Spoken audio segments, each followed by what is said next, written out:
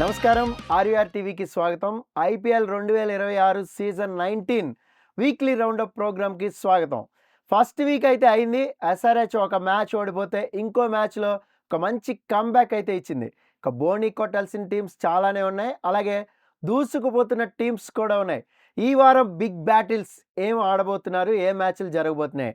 అందులో ఎవరి బలం ఏంటి అనేది ఈరోజు మాట్లాడుకుందాం. మనతో పాటు క్రికెట్ కామెంటేటర్ అలాగే క్రికెట్ అనలిస్ట్ ఎస్కేబీ షార్ట్స్ ద్వారా ఫేమ్ సంపాదించిన సందీప్ ఉన్నాడు. సందీప్‌ని పలకరిద్దాం.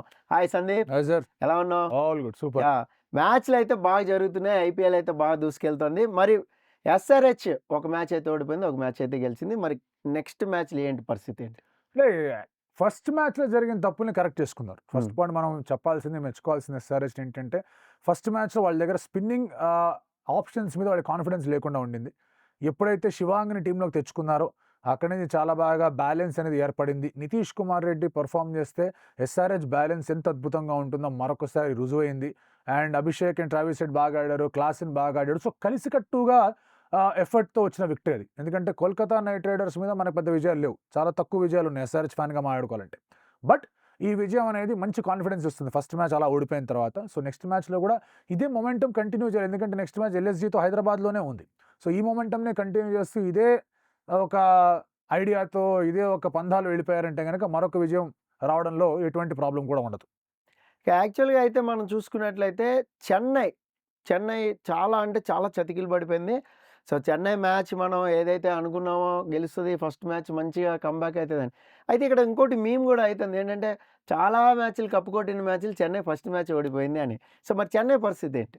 ఇప్పుడు హిస్టరీ చాలా చెప్తూ ఉంటుంది. ఫస్ట్ మ్యాచ్ గెలవలేదు అది ఇది అని చెప్పేసి కానీ, బట్ చెన్నైకి నిజంగా ఉన్న సమస్యలు ఏంటంటే ఇంజరీస్. హ్మ్. మీకు నేథన్ ఎల్లిస్ ఇంజరీ కారణంగా రూల్డ్ ఔట్ అయ్యాడు. స్పెన్సర్ జాన్సన్ వచ్చాడు. అతను ఇంజరీ బారిన పడ్డాడు. అతను ఇంజరీ బారినే ఉన్నాడు. ఎందుకు అతను పెట్టుకున్నారో తెలీదు. సో, అలాగే మనం డివాల్డ్ బ్రీవిస్ 2, 3 మ్యాచ్‌లు దూరం అన్నారు. మరి ఎప్పుడొస్తాడు? ఎప్పుడు ఆడతాడు? ఇవాళ మళ్ళీ మ్యాచ్ ఉంది. యాస్ వి స్పీక్ ఇవాళ చెన్నై పంజాబ్‌తో ఆడబోతుంది. మరి వస్తాడో రాడో తెలీదు. మాథ్యూ షాట్‌కి ఒక థంబ్ ఇంజరీ నుంచి వచ్చాడు. ఆల్దో పంజాబ్ మీద మంచి రికార్డ్ ఉన్నా అతను ఆడతాడా లేదా అనేది చూడాల్సిన ఒక అంశం. సో, ఇలా రకరకాల ఇంజరీస్ అనేవి చెన్నై సూపర్ కింగ్స్‌కి నిజంగానే స్పీడ్ బ్రేకర్స్ వేసాయి. అందులో ఎటువంటి డౌట్ లేదు. కాకపోతే inexperience in the batting lineup కూడా ఉంది. ఒక రుతురాజ్ అండ్ సంజు శాంసన్ తీసేస్తే మరి టాప్‌లో, మళ్ళీ దూబే దాకా అందరూ కొత్తోళ్ళే. సీఎస్‌కే జెర్సీ యేసుకున్నవాళ్ళు. సో, దానివల్ల ఏమిటి అంటే ఆ ఇన్‌ఎక్స్‌పీరియన్స్ యంగ్ ప్లేయర్ సెటిల్ అవ్వడానికి కాస్త టైం పడుతుంది. అందుకే సంజు గాని, ఋతు గాని ముఖ్యంగా రుతురాజ్. రుతురాజ్ గైక్వాడ్ బాగా ఆడిన 2 సార్లు చెన్నై సూపర్ కింగ్స్ ట్రోఫీ గెలిచింది. సో, రుతురాజ్ గైక్వాడ్ బాగా ఆడాడంటే గనక మళ్ళీ వాళ్ళు దారిన పడొచ్చు, గాడిన పడొచ్చు. బట్ టీమ్ బ్యాలెన్స్ పరంగా చూసుకుంటే గనక ఇంజరీస్ వాళ్ళని బాగా కిందకి లాగుతున్నాయి. సో, యాక్చువల్‌గా ఒకటుంది సోషల్ మీడియాలో బాగా అవుతుంది. ఏంటంటే ఈ బెట్టింగ్ ఏమైనా జరుగుతుంది. ఎందుకంటే క్లాస్ అండ్ క్యాచ్ చూడు చంకలోంచి ఇలాగ వదిలేసినట్టు అయింది. అలాగే ముంబై టాస్ ఏసినప్పుడు గూడా కెమెరా అనేది వేరే చోటకెళ్ళిపోయింది. మరి ఏంటి ఇది మన ప్రేక్షకులకి చెప్పు. క్లారిటీ ఇచ్చేయి. ఇవన్నీ సోషల్ మీడియాలో వినడానికి, చూడడానికి, మీమ్స్‌గా వాటిని వీటిని షేర్ చేసుకోవడానికి చాలా చాలా బాగుంటాయి. దయచేసి దీనికి ఎటువంటి సీరియస్ వెయిటేజ్‌లు ఇవ్వకండి. ఎందుకంటే ఇంత పెద్ద లీగ్ జరుగుతున్నప్పుడు టాస్‌లో కెమెరా ఫోకస్ చేయలేదు అని చెప్పేసి మీరేదో మాట్లాడేసి, అప్పుడు కూడా ఏదో జరిగిందని చెప్పేసి నిర్ధారణ లేకుండా మాట్లాడేసి అనవసరంగా దీన్ని ఇష్యూ చేయకండి. అండ్ క్లాసెన్ ఆ ఒక క్యాచ్ డ్రాప్ చేసాడు గానీ ఇంకో మంచి క్యాచ్ కూడా పట్టుకున్నాడు. It happens in the game. పట్టుకొని వదిలేసిన క్యాచ్‌లు చాలానే ఉంటాయి. సో, అనవసరంగా బెట్టింగు, ఫిక్సింగు, టాస్ మిక్సింగ్‌లు ఇటువంటి ఆలోచనలు ఏమీ వద్దు. హాయిగా ఐపీఎల్‌ని ఎంజాయ్ చేయండి. ఇలాంటి ఆలోచనలు పెట్టుకుంటే మీమ్ మెటీరియల్స్ అవుతాం తప్ప మనం క్రికెట్ గురించి మాట్లాడడానికి మాట్లాడుకుంటుంటాం. ఛాన్సే లేదు. యాక్చువల్‌గా ఇంకొకటి గూడా ఉంది. ఏంటంటే ముంబై, ముంబై మంచి టచ్‌లోకొచ్చింది. మన ప్రేక్షకులకు ఒక క్లారిటీ కావాలేంటంటే నెక్స్ట్ 2 మ్యాచ్‌లు ఆడబోతున్నారు. ఆర్ఆర్ మీద, ఢిల్లీ మీద. సో, ముంబై ఏంటి మరి రోహిత్ మంచి ఫామ్‌లోకొచ్చాడు. ముంబై ఆ కప్పు కొట్టే దిశగా ఎళ్ళిపోతుందా? ముంబై చాలా స్ట్రాంగ్ టీమ్. హ్మ్. అందులో ఇక్కడ ముంబై స్ట్రాంగ్ టీమ్ అంటే చాలామంది ఏదో రకరకాల ఇన్ఫ్లుయెన్స్‌లు లాగుతారు. నేను ఫలానా టీమ్‌కి సపోర్ట్ చేస్తున్నా, ఫలానా టీమ్ పీఆర్ అని. నాకు గాని, లేకపోతే ఇక్కడ ఉన్న వాళ్ళకి ఎవరికీ గాని, లేకపోతే తెలుగు మీడియాలో ఉన్న వాళ్ళకి గాని, అంత పీఆర్ చేసే స్థోమత ఎవరికీ రాలేదబ్బా. చాలా క్లియర్ కట్ క్లారిటీ ఇచ్చేస్తున్నా. ముంబై స్ట్రాంగ్ ఎందుకుందంటే లుక్ ఎట్ దేర్ స్క్వాడ్. మీకక్కడ తిలక్ వర్మ, హార్దిక్ పాండ్యా, నమన్ ధీర్, కుదిరితే శాంట్నర్ ఆర్ విల్ జాక్స్. వీళ్ళు 5, 6, 7, 8లో ఆడుతున్నారు. ఎంత మంచి బ్యాటింగ్ లైనప్ ఆలోచించుకోండి. షెర్ఫెన్, రదర్‌ఫర్డ్, సూర్యకుమార్ యాదవ్ 3 అండ్ 4లో ఆడుతున్నారు. రికల్టన్ అండ్ రోహిత్ ఎంత బాగా ఆడారో చూసుకోండి. బుమ్రా, బోల్ట్ వాళ్ళ దగ్గర ఉన్నారు. ఈ టీమ్ ప్లే ఆఫ్స్‌కి వెళ్ళకపోతే ఏ టీమ్ వెళ్తుంది చెప్పండి ఇంత మంచి టీమ్ పెట్టుకొని. సో, ఫస్ట్ మ్యాచ్ కూడా కోల్కతా నైట్ రైడర్స్ మీద వాళ్ళు 220 పరుగులు ఇచ్చేసారు అని ఓవరాల్‌గా చూసుకుంటే అర్థమవుతుంది గానీ, స్టార్ట్ చాలా బాగా వచ్చింది కేకేఆర్‌కి. కేకేఆర్ వెనక్కి లాగారు. ఆ తర్వాత వీళ్ళు చేసి సునాయాసంగానే కొట్టేశారు. నాకేంటంటే ఆర్ఆర్‌కి అగెయిన్స్ట్ కూడా మంచి మ్యాచ్ ఉండబోతుంది ముంబైకి. అందులో ఎటువంటి డౌట్ లేదు. డీసీకి అగెయిన్స్ట్‌గా మ్యాచ్ మాత్రం according to me 2 best teams మధ్య మ్యాచ్. Hmm. ఈ ఐపీఎల్ సీజన్ మొత్తంలో 2 బెస్ట్ టీమ్స్ ఆన్ పేపర్ ఏవి అంటే ముంబై అండ్ డీసీ అని చెప్తా. సూపర్. సో వాళ్ళిద్దరి మధ్య మ్యాచ్. సో ఇది స్టేర్ గేమ్ అనమాట. నీ కళ్ళలోకి నేను చూస్తాను, నా కళ్ళలోకి మీరు చూడండి, ఎవడు బ్లింక్ చేస్తాడో ఓడిపోతాడు. అలాంటి గేమ్ ఉండబోతుంది అనేది నా ఫీలింగ్ ముంబై అండ్ డీసీ మధ్య. సో అది చూసారా, Sandeep Mumbai and DC match కోసం వెయిట్ చేస్తా ఉన్నాడు. సో అయితే సన్ రైజర్స్ అయితే 2 మ్యాచ్లు ఆడుతుంది. సో ముంబై కూడా 2 మ్యాచ్లు ఆడుతుంది. ఈ వారం బిగ్ బ్యాటిల్ ఒకటి ఉంది, ఆర్సీబీ వర్సెస్ చెన్నై. సో మరేంటి ఆర్సీబీ మళ్ళా పుంజుకుని మళ్ళీ విన్ కొడుతుందా? ఇప్పుడు ఆర్సీబీ సిఎస్కే రైవల్రీ అని మాట్లాడుతున్నారు. వాళ్ళందరికీ ఇచ్చే క్లారిటీ ఏంటంటే చెన్నై ఆర్సీబీ మీద చాలా ఎక్కువ గెలిచింది. సో ఇది రైవల్రీ కిందకి లెక్కే రాదు. మన లాస్ట్ 2 ఏళ్ల క్రితం చూసుకుంటే కనుక మోర్ దెన్ 50% డిఫరెన్స్ అనేది కనిపిస్తుంది, 21-10. కానీ లాస్ట్ 3 గేమ్లు ఆర్సీబీ గెలిచినవి ఏదైతే ఉన్నాయో అవి remarkable victories in history of RCB.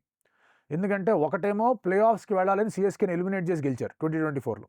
తర్వాత చెన్నైలో 17 ఏళ్ల తర్వాత గెలిచారు చెన్నైని ఓడించి. సో అది ఇంకొక remarkable victory. And last match చాలా క్లోజ్ కాల్ అయింది, ఒక రాంగ్ డిసిషన్ అవేమి మాట్లాడుకుంటారు, కానీ అది కూడా క్లోజ్ కాల్, ఆర్సీబీ గెలిచింది. సో లాస్ట్ 3 గేమ్స్ ఆర్సీబీ గెలవడంతో కొత్తగా ఒక చిన్న ఫైర్ అనేది అందుకుంటూ ఉండింది. And to be very honest sir, RCB team last 2 ఇయర్స్గా చాలా బాగా ఆడుతుంది. ఎస్పెషలీ లాస్ట్ ఇయర్ అన్ని విధాల బ్యాలెన్స్ అనేది వాళ్ళ దగ్గర ఉంది. ఫస్ట్ మ్యాచ్లో కూడా మనం చూసాం, జేకబ్ డఫీ ఎవరైతే వచ్చారో ఇక్కడ హేజల్వుడ్ ప్లేస్లో, అతను కూడా బాగా బౌలింగ్ చేశాడు. అండ్ చిన్నస్వామిలో వాళ్ళ రికార్డుని మెరుగుపరుచుకునే ప్రయత్నం చేస్తున్నారు. ఇక్కడ చెప్తే అతిశయోక్తి అనిపిస్తుంది, కానీ నేను చెప్పేది ఏంటంటే ఆర్సీబీ స్వయంకృత అపరాధాలు చేస్తే తప్ప సిఎస్కే మీద ఆర్సీబీ ఓడిపోవడం కష్టంగానే కనిపిస్తుంది. సిఎస్కే మైట్ డూ వెల్, నేను కాదనట్లేదు, బట్ ఆర్సీబీ వాళ్ళ లెవెల్ తగ్గితే కానీ సిఎస్కేకి అంత లెవెల్ అవకాశాలు రావు. ఎందుకంటే ఒక set unit is RCB, set అవ్వబోతున్న యూనిట్ ఈజ్ సిఎస్కే. తేడా క్లియర్గా ఉంది. ఓకే, ఫటాఫట్ మనం కొన్ని మ్యాచెస్ గురించి మాట్లాడుకుందాం. అంతకంటే ముందు కేకేఆర్ ఏంటి కొంచెం వెనకబడింది, 2 మ్యాచ్లు ఉన్నాయి. ఇంకా వాళ్ళు ఈ వీక్ చూసుకుంటే పంజాబ్తో ఒక మ్యాచ్ ఆడతారు, అలాగే లక్నోతో ఒక మ్యాచ్ ఆడతారు. సో కేకేఆర్ పరిస్థితి ఏంటి, మరి కంబ్యాక్ ఇస్తారా? మీకు నేను 10 కోట్లు ఇచ్చాను సార్, సరేనా? మీకు 10 కోట్లు ఇచ్చాను.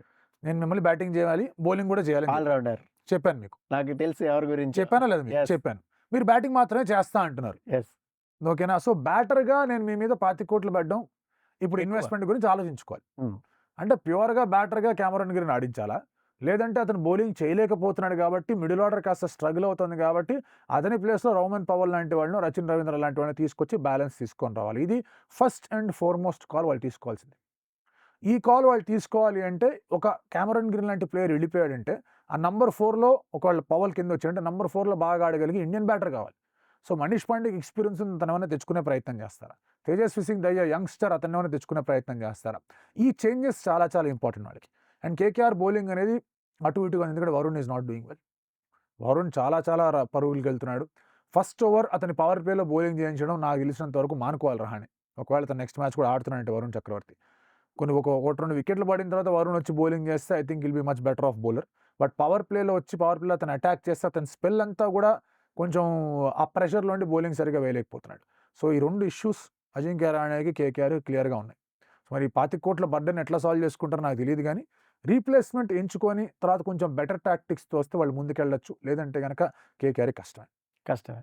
సో ఈ వారం మనం ఫటాఫట్ మ్యాచ్లు ఏమేమి జరగబోతున్నాయి, ఎవరు ఫేవరెట్స్ అనేది తెలుసుకుందాం. ఫస్ట్ పరీక్ష పెడుతున్నారా? డీసీ వర్సెస్ ముంబై ఏంటి? అది కష్టం సార్ చెప్పాను కదా, ఎవరు కళ్ళు ఫస్ట్ బ్లింక్ చేస్తే వాళ్ళదే. సో చాలా చాలా కష్టం. సో చెప్పదలుచుకోలేదు, 50-50 అని చెప్తా. 50-50. Okay, Gujarat and Rajasthan Royals favourite. ఎందుకు? హోమ్ గ్రౌండ్ కాదు కదా, బ్యాలెన్స్ ఎక్కువ ఉంది వాళ్ళ దాంట్లో. అండ్ గుజరాత్ ముగ్గురే టాప్ ఆర్డర్లో ఆడుతున్నారు, బౌలింగ్ ఇంకా సెట్ కావాలి. ఒకవేళ మంచి హోమ్ అడ్వాంటేజ్ తీసుకొని ఆడితే గుజరాత్ పుంజుకోవచ్చు, నేను కాదనట్లేదు, కానీ రాజస్థాన్ రాయల్స్ స్లైట్ ఫేవరెట్స్ అనిపిస్తాం. సో ఎస్ఆర్హెచ్ వర్సెస్ లక్నో, మరి హైదరాబాద్లో match SRH. So okay, next RCB versus CSK మ్యాచ్లో ఎవరు గెలవబోతున్నారు? ఇందాకే చెప్పాం కదా, స్వయంకృత అపరాధాలు చేస్తే తప్ప ఆర్సీబీ నిజంగా చాలా తప్పులు చేస్తే తప్ప ఆర్సీబీ ఓడిపోదా match.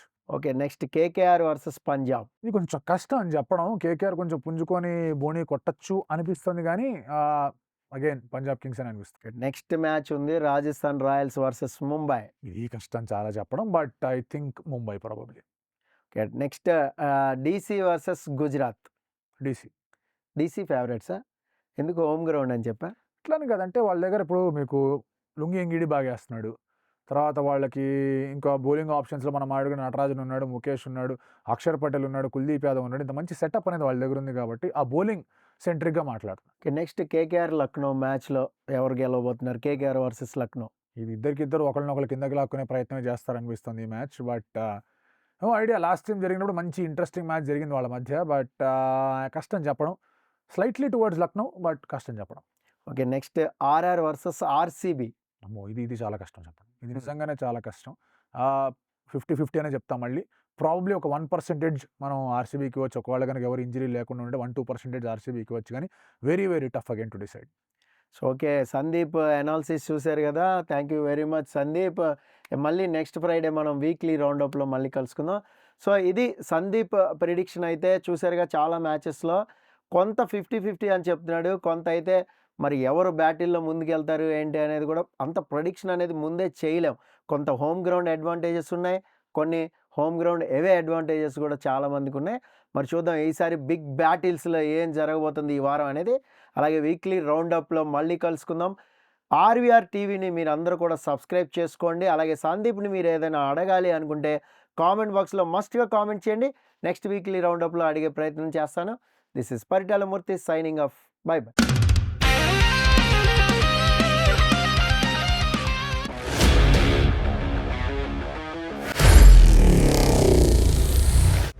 Honor Signatus, the biggest gated community in the heart of the city. Spacious 3, 3.5 and 4 BHK apartments at Kukatpalli, High-Tech City. 27.5 acres, 18 towers, G+25 floors, 1695 to 3815 square feet unit sizes. For more details, search for Honor Signatus.